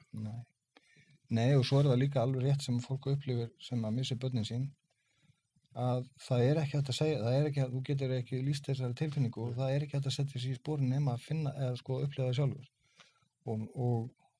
og ég veit alveg, þú veist, mér fannst alveg erfitt að sjá fólk sem þorði ekki að nálgast mig bara, þú veist, að taka utan um mig eða þú veist, eða hvernig sem það var að því að var svo að vissi ekki hvað þetta að segja og þeim stundum ef maður í þeirri stöðu, maður í þessum aðstæðum að maður hjálpar fólkinu. Þú veist, maður nálgast það sjálfur af því að maður veit að þið líður illa. Maður er alveg meðvitaður það, sko.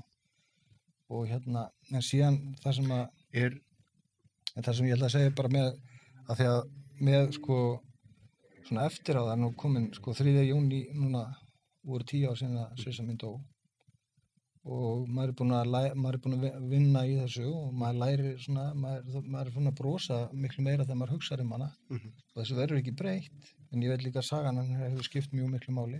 Akkurat. Og það var mjög erfið ákvörðun hjá mér að fara fram og á sínu tíma fyrir Kastljósinu og segja sögunina en það sem hefur líka verið mjög erfitt er það að ég á mínu ferli sem blaðamaður er búinn að fjalla mjög mikið þessi vímuefna mál og læknadóp.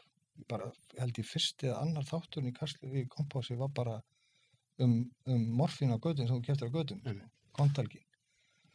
Og það er bara komin 15 ár síðan eða eitthvað svoleiðis, sko. Og við erum ennþá fást við sömu vandamál og miklu stærri vandamál.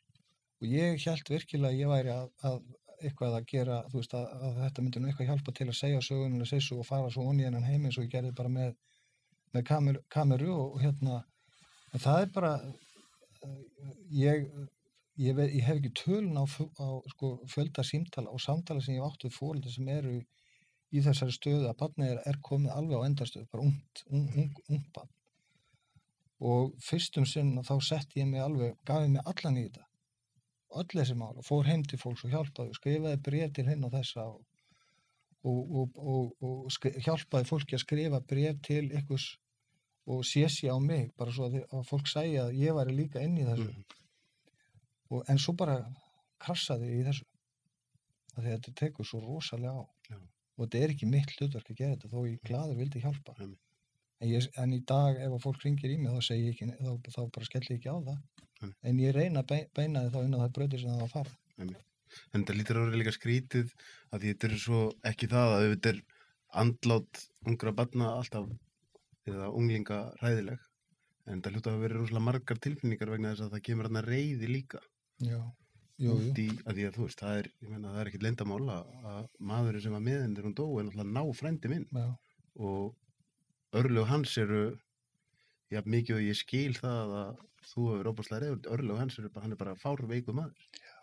Þannig að það lítur að hafa verið, það lítur að bætast ofan á þetta þessi reiði. Jú, hún gerði það fyrstum sinn, sko. Í dag er ég bara, ég hvorki fyrirgefa honum, er ég reiður út í hann. Hann er bara þarna einhvers staðar. Ég veit hvað hann hefur gert eftir þetta, sem er ekki góðu hlutir. Bara alveg hræðilegt, sko. Og en þú veist, ég reyna að taka þannig á, sko, ég er búin að fara í gegnum bara heilmikla sjálfskoðun og ég reyni að ég til dæmis tek nánast engan þátt í opinberu umræðu á Facebook eða einhverjum öðrum miðlum.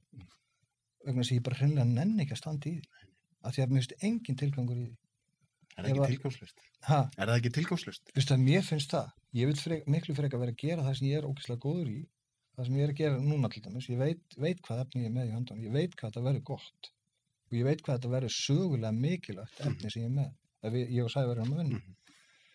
Og ég bara einhvern veginn komin út úr því að ég heyri einhverja svona fáránlega skoðun hjá einhverjum sem að þú veist, ég bara hugsa með mér, ok, ég nenn ekki að pæla í þessu. En er það ekki líka mitt svona einstaklingur sem þú sem ert búin að sjá svona mikið og upplifa svona mikið hlýtur stundum að hugsa einhvern veginn þegar fólk er með einhverja rosalega sterkar tilfinningar og rosalega sterkar skoðanir yfir einhver sem skiptir engu. Jú, ég er alveg þar. Ég er bara, einhvern veginn, ég er ekki að segja, sko, það er svo langt frá því að ég sé þú veist, mínir gallar eru bara fjölmargir, sko. En mér finnst ég veit allavega fyrir mig hvað skiptir máli í lífinu og það er ekki það, ég man alveg hvernig maður var þegar maður var að taka þátt í opinberu umræðu eða þú veist, og eitthvað að vera á Facebook að svara ykkur og svona, ég bara, þó eitthvað seti eitthvað inn á mína Facebook síðu og segi þú drullu sokkur eitthvað, ég bara pæl ekki í því. Og og þegar maður heyrir eins og, þú veist, ég meina Guðmundur Franklín og horfir á hann þú veist, ég hef skoðun á því. Þess að maðurinn var í viðtali á Útvarpi Sögu og Útvarp Saga hefur nú ekki verið, hann nú bara verið frá því að Byrgismáli var, þá hefur Útvarp Saga einhvern veginn svona, ef maður talar íslenska, drullaði yfir mig, sko. Já, þeir hafa verið í því. Já, þeir hafa verið í því. Þú er náttúrulega vondikallinn þar.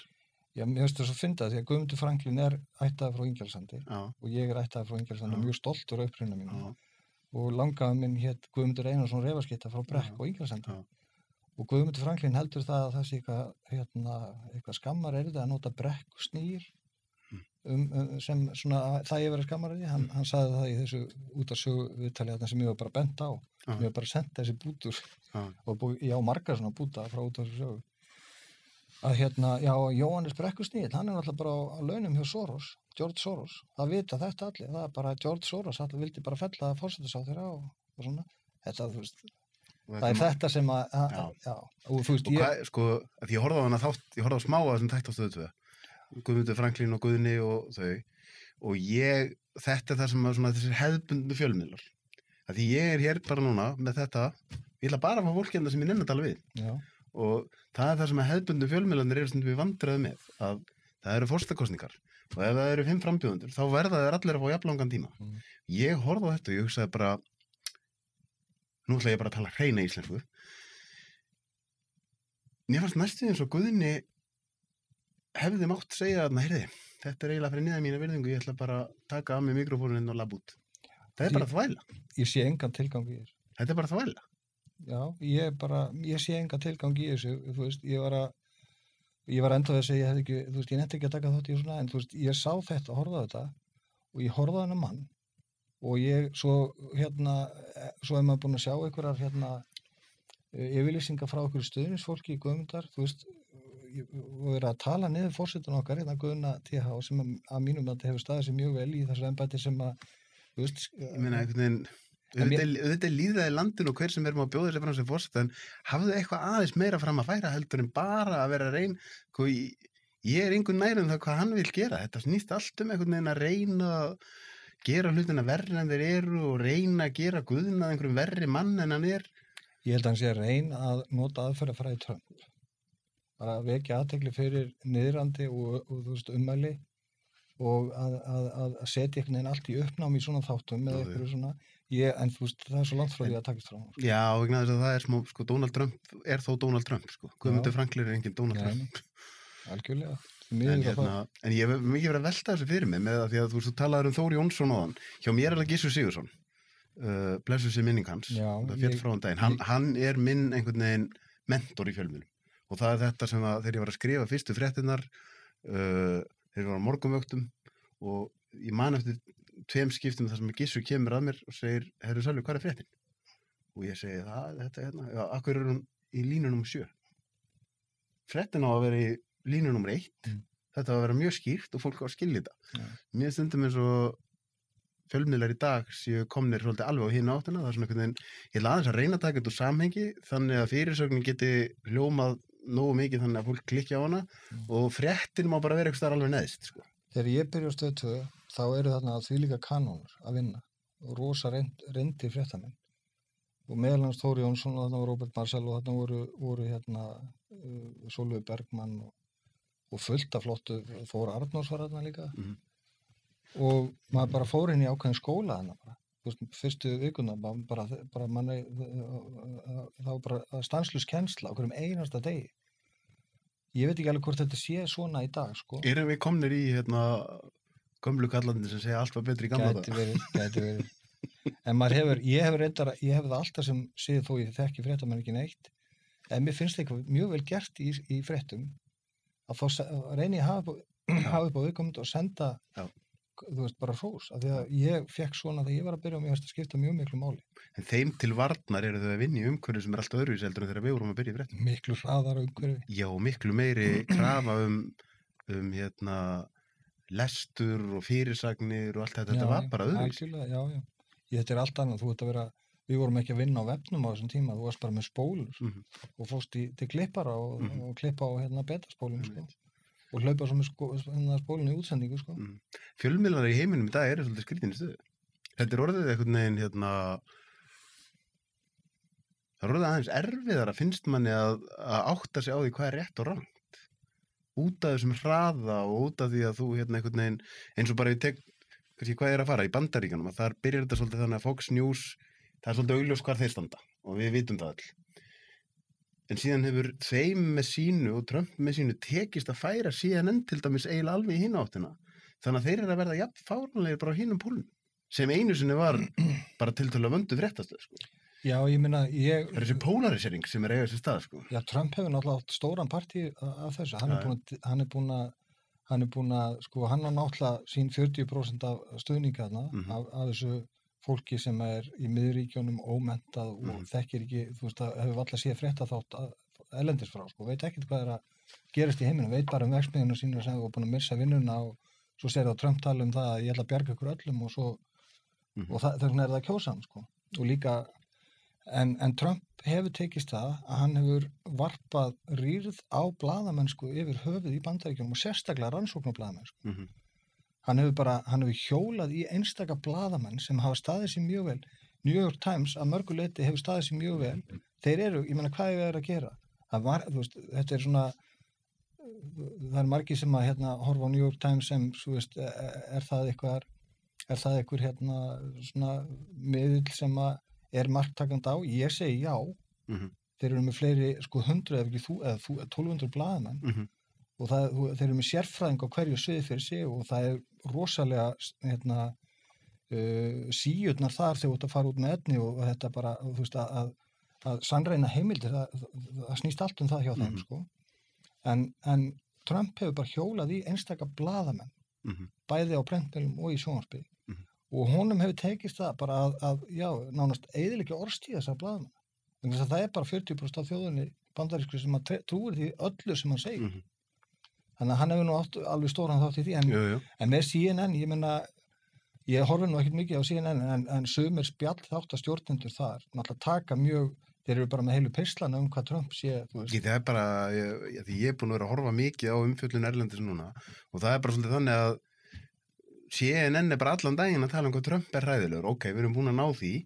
Viljið ekki einmitt hérna, getið ekki sagt okkur einhverja fréttir. Þetta er allt bara svona, það sem er að reyna að segja er, þú ert með einhverja sem eru kannski í annari stöðun að vera fréttamenn. Já. En mér finnst einhvern veginn eins og menn ætla að vera bara með rosalega mikla skoðunir en þeir ætla líka að vera fréttamenn. En er ekki Trump samt í þetta forsetin og hann hefur náttúrulega brjálæðislega völd og hann bara á hverjum einasta degi gerir hann eitthvað sem að þú bara er ekki, er bara einhvern veginn út fyrir öll norm og öll einhvern veginn gildi bara í samfélagi og hvernig hann talar fólk og við fólk og ég veit ekki. En þetta bara hefur þú til dæmis, því ég hef búin að spyrja nokkra einn úti því ég hef svo gaman að því að vera að velta þessu öll upp eins og með Bill Gates, hefur skoðað eitthvað að því fólk kemur alveg að fjöllum að ég sé til dæmis daginn að þá er að því augum flestra er Bill Gates bara eða ég segi flestra ég held hann sé ennþá í augum flestra bara maður sem er að gefa auða við sín og búin að hjálpa Afríku og allt þetta en það kemur viðtal við hann á síðan til dæmis daginn og allt í þínu sé ég að það er svona því ég er búin að vera að skoða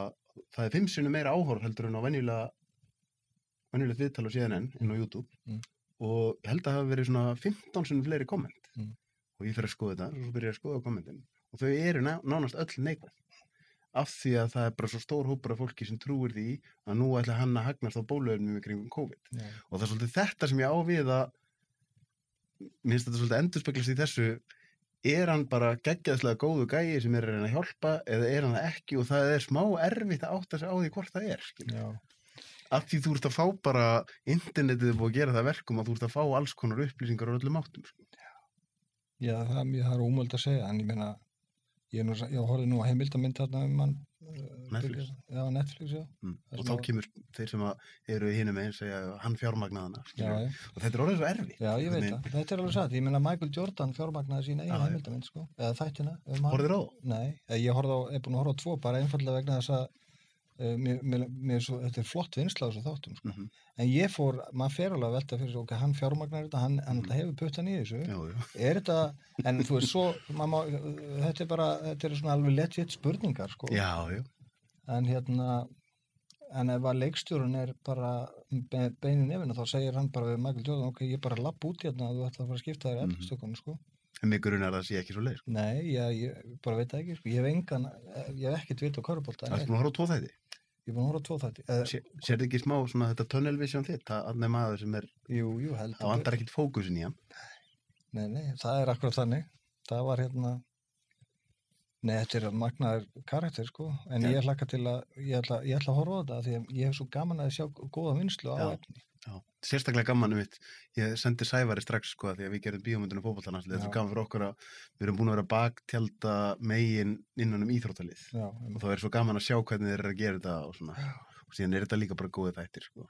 En ég er einmitt hérna þar að því ég held svo mikið upp á Jordan og Maradona.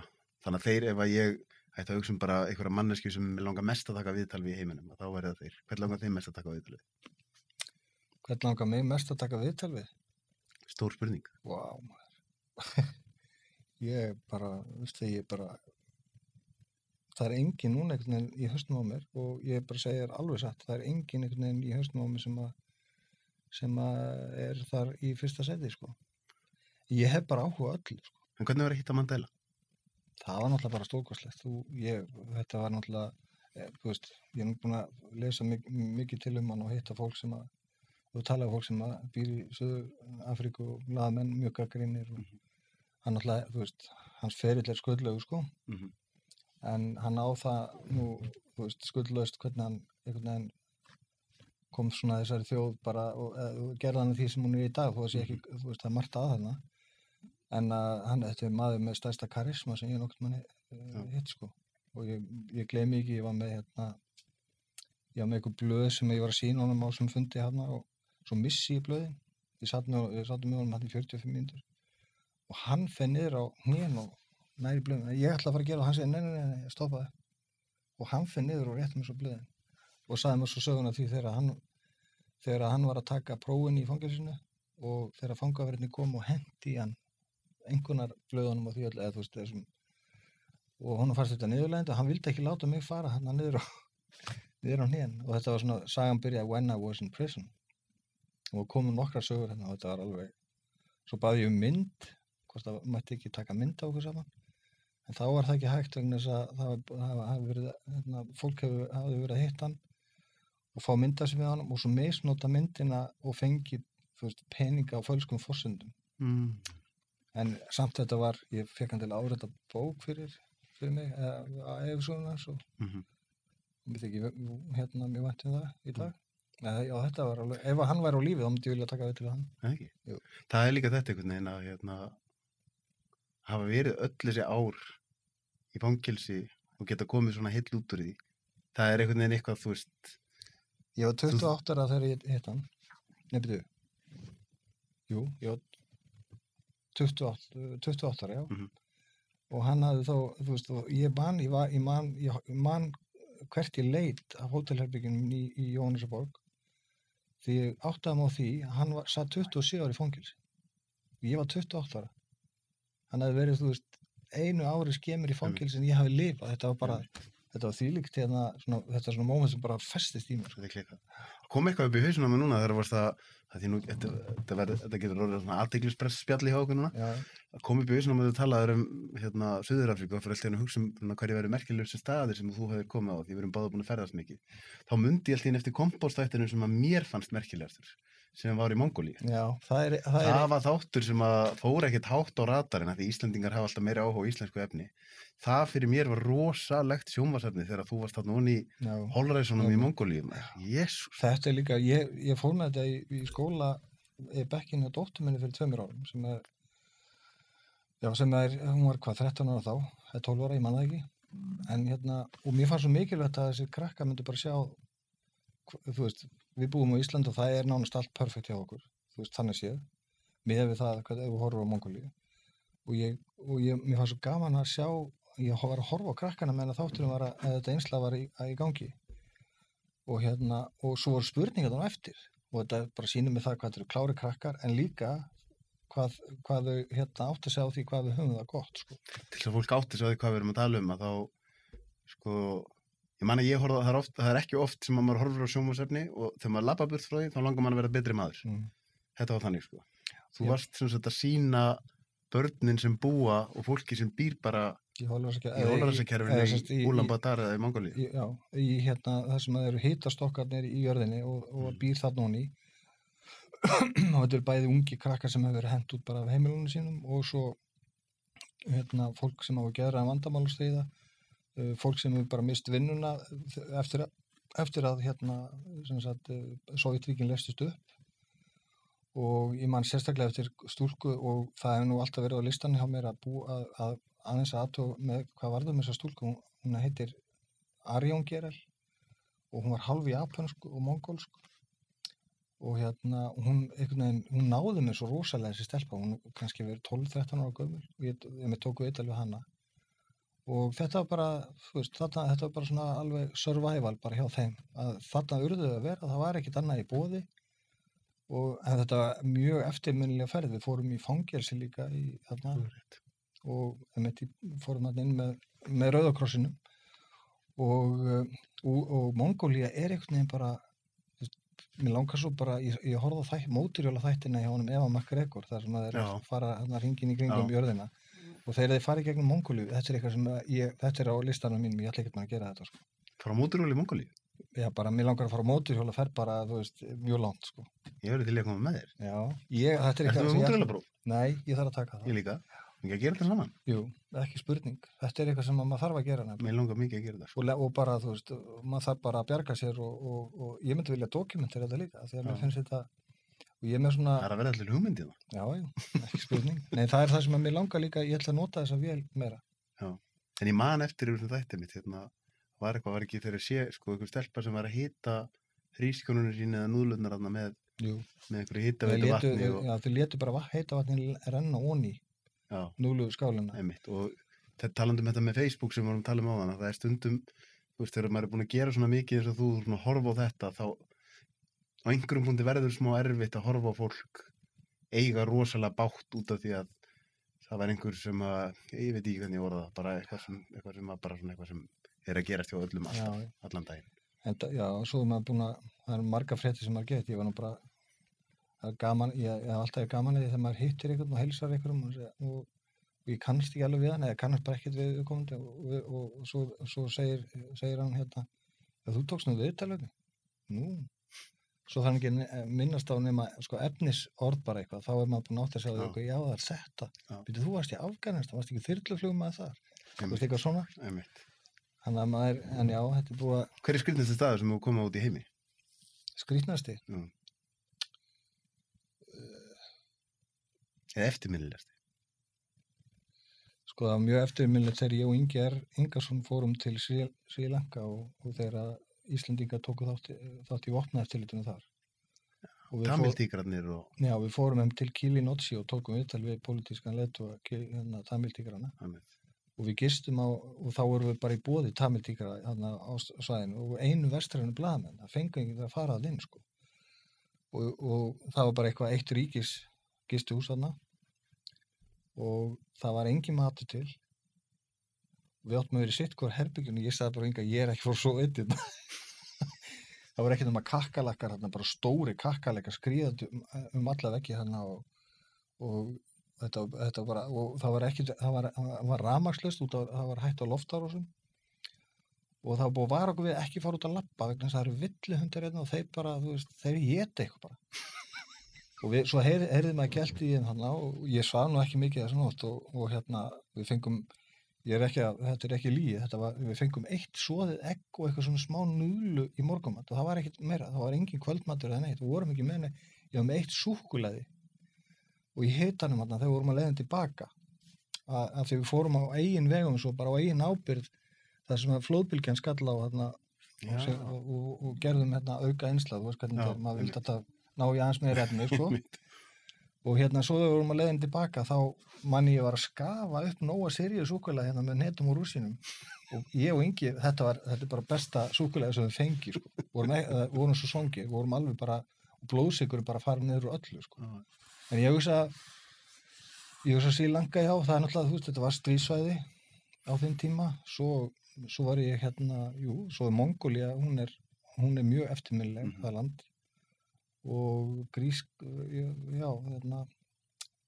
Grikkland líka, þú veist það, ákvæmnu verkefni sem ég hef verið að vinna, það er líka svona að sjá hina hliðina á Gríklandi, þessari paradís. En hérna, þegar þú lýsir þessu frá Sri Lanka, þá hérna, skilja allt í hérna nóttin í bílnum á Hólmavík bara kittstöf. Já, það var það eiginlega. Ég var bara, og ég svaf mér sjágætlega. Það ekki? Jú, mér finnst þetta, hérna, það er alltaf, það er líka, það er mikill ókostuð mig hvað ég er þrjóskur, en það er líka mjög mikill kostuð stundum, sko. En stundum getur þetta verið til vandræða, sko. Hvernig þá? Bara það er ekkert, ég reyni alltaf að finna leið, svo ef bara, þú veist, ég verð þungur ef þetta gengur ekki upp strax og svo verð ég ennþá þyngri og ég reyni áfram að senda tölvupóst eða hringja eða gera og græja, þú veist, þannig maður nái því sem maður vill ná og þetta getur bara verið erfið tímabil fyrir mig, þá ég er bara þungur þá, ef ég fæ ekki svar, það getur verið mjög erfið fyrir mig, sko. Ég vill bara allt gerist bara hvissbang bung, sko. En ég er rosa ánægður með að sjá hérna allt yfirbræðið yfir vegna þess að ég man á tímabilið þegar þú búin að vera rosalega mikið af þungumálum og svo hérna, eins og þú segir, bara heilsaðin var svona einhvern veginn ekki alveg nógu góð, sko. Þannig að það hlýtur að... Ég hætti að reykja 4 ár síðan og ég byrjaði að fitna dálítið þá, sko. Þó ég hætti að reykja með þessu veipi og það bara bjargaði mér alveg. Ég tek aðeins í vöruna núna, bara svo ég sé ekki að segja, ég ætla ekki að láta alla halda að ég sé bara algjörlega nikotínfrí, sko. En já, svo bara fitnaði ég bara mjög mikið. Ég held að það sé líka bara aldurinn, þetta bara lítur að. Og svo líka bara þessi vinna með sérfræðingum, þú veist, fyrir sjálf á mig, þessi andlega, það hefur líka hjálpað mér. Og það hjálpað mér líka, ég á bara svo góð konu og fjölskyldu sem stendur upp baki á mér, veit bara hvernig ég er og er alveg sama þó ég sé 17 dagar streit á Ísafirði yfir páska og allt, sko. Að það bara, ok, þetta er þín vinna, þetta er skorpuvinna og síðan er maður í starfi sem að, þú veist, ég vill ekki fara, mér langar ekki að gera neitt annað, sko. Nei, og sagðir einu svona við mig man eftir því, þegar þú varst búin að lendi að vera rekinn, svo ég er búin að taka ákvörðun, ég ætla að vera blaðamaður það sem eftir er. Já. Og ég meina það, og þú getur verið blaðamaður með því að gera sjónvarp eða skrifa blöð, skrifa bækur, þú veist, ég er bestur í að vinna fyrir sjónvarp. En svo, þú veist, það er alveg hugmyndir að ég á auðvitað með að skrifa og hef skrifað helling fyrir skúffuna, sko. Og og er með ákveðnar hugmyndir þar, sko, ég er ekki að tala um skáldsögur en þetta heldur, svona, það er þetta að skrifa svo margt annað, sko. Það er svo gaman, sko, því að ég fæ ofta að heyra það, eða fólki finnst ég hafa gert svo mikið, að ég er búin að gera svona alls konar, en svo gaman þegar ég var að skoða eins bara svona, ég náttúrulega þekki þið vel, en ég var að skoða bara svona undan og þá áttaði mig á því hvað var svona að gera mikið, sko, bara eins og bókinu Brasilíufangan, við erum ekki einu sinni búin að ræða þar, skilur, þetta er svo margt sem þú hefur gert, Já. Og það tók mjög langan tíma að reyla svona bara fyrst núna á allra síðustu árin sem ég er farin að leyfa mig stundum að horfa aðeins tilbaka og segja, já, það var vel gert hjá þessu leið. Gerðu þú það? Mín mikilvægasta reynsla, ég kláraði ekki stúdentsprófið, af því ég var bara formaður nemendafélagsins og ritstjóri skólablaðsins og bara var bara í því og var ekkert að pæla í námi, sko. Og eitt sumarið ákvað ég bara að fara sem sölumaður á Econoline og landið bara og vera að selja bara vörur og dót bara keyrið út um allt land, sko. Hvað að selja? Ég var að selja bara búsa og höld og vídeóspólur og var með svona lista yfir flísar og ég veit ekki hvað og hvað, ég með alveg fullt að dóti bara. Vistu góða sölumaður? Nei, ég er alveg hræðilegur sölumaður. En mér var gaman að hitta fólki og sérstaklega bændurnar að fá sögurnar að maður fekk boðið inn í kaffi og svona. Svo hef ég verið mikið á sjó og það er bara rosalega dýrmætt reynsla fyrir mig og bara mjög mikill skóli. Sveitinni að vinna eins og skepna þar og þú veist, og njóta þess að geta farið. Ég var að segja, ég var út í Búlingavík núna í afmælinu Helgu og tók krakkana mína með, yngstu, og fekk að keyra traktor í gamla traktorinn sem ég var að vinna á í sveitinni, sko. Og þá fór ég að rifja upp sögurnar af því þegar eftir erfiðan vinnudag þegar maður fekk leyfi til þess að fara traktornum niður í fjöru til þess og fara að veiða. Bara í svona rosa fallegu svona sumarkvöldi eða jafnvel nótt, sko. Og þetta er svo mikilvægt, allt þetta sem maður er búin að gera það. Ég hef oft sagt að það sem maður er að gera núna, því að þú veist, það sem skiptir mestu máli fyrir blaðamann er það að hún sé treyst. Og ef honum er treyst þá vill fólk tala við þig. En þú þarft að fá það til að tala eins og með hana Helgu, það tók langan tíma. En ég fæ yfirleitt fólk til að tala, þannig að ég hef mikinn áhuga bara á fólki. Og mér finnst mjög mikið, sko, merkilegt það sem fólk segir mér. Og ég leyfi fólki að tala. Og hlusta á það og þú veist, ég vill að sagan er að koma sem best í skila. Og ég held að, þú veist, allt sem ég er búin að gera og að marga vitleysi sem ég hef gert í þessu lífi. En þetta er allt búin að undirbúa mig einhvern veginn undir þetta. Allt gott fólk gerir fullt af vitleysum. Já, þú veist, það er örugglega lengri listi yfir mistökin sem ég hef gert í lífinu heldur en hitt, sko. Já, það er ekki bara fínt. Jú, ég held það. En mér finnst það, ég meina, ég horfa á þetta bara sem skóla og svo í blaðamennsku, þú verður aldrei fullt numa í blaðamennsku. Nei.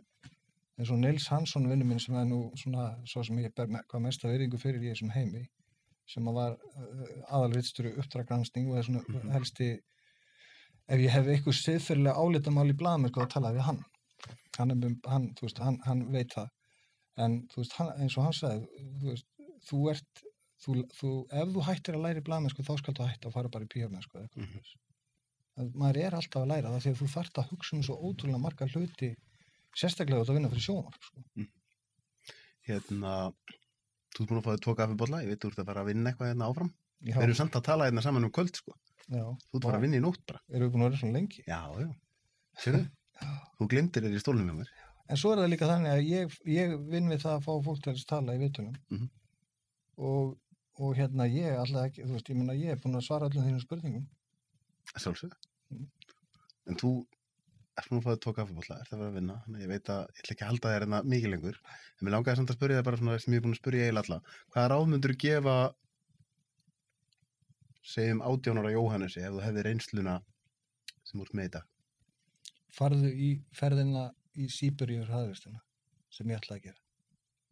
Ég myndi gera það og bara, þú veist, þú verður líka, ég myndi segja það, af því að, þú veist, ég var búin að skipuleggja þá ferð alveg til enda, en það voru 2 vinir mínir sem gugnaði á því og ég mun alltaf sjá eftir því. og svo er Það er það ekki bara, orðið of seint. það er ekki orðið seint, nei, alls ekki, og ég er búin að segja við þessa vinnu mín að ég ætla að gera þetta, sko. Pappa minn langar að gera þetta líka. Ég var sko búin að skrifa handrit, ég ætlaði að fara með svona stóra VHS-vídeó hérna kameru og kassa af VHS-bólum og taka upp efni og senda á Stöð 2 frá, sko, á leiðinni bara. Þetta var planið mitt á þessum tíma, þarna var ég bara, já, ég veit ekki. Mér er svo geggjað, sko, þú veist tala um Motorola-ferðina á hann Já, og ég ætla að taka það upp. Síberir og ég ætla að taka það upp. já, já. Blaðamaðurinn er alltaf með. Og svo bara líka þetta, þú veist, að láta bara, það sem ég, í staðan fyrir að vera að fara beint í skóla, þetta er mín skoðun, þó að ég, elsti strákurinn minn er bara að fara í háskóla núna en hann er búin að vera að vinna í heilt ár og ég voru ótrúlega stoltur á hann, sko, og þeim, kærastuparinu. En ég hef oft horft á það þannig að ímyndaðir að þú búið með stúdentsprófið, svo ákveður bara að fara í, ok, þú getur farið í eitthvað hjálparstörf í Afríku eða Suður Ameríku. Hvað þetta virkar rosalega sjóndeildarhringinn hjá krökkum.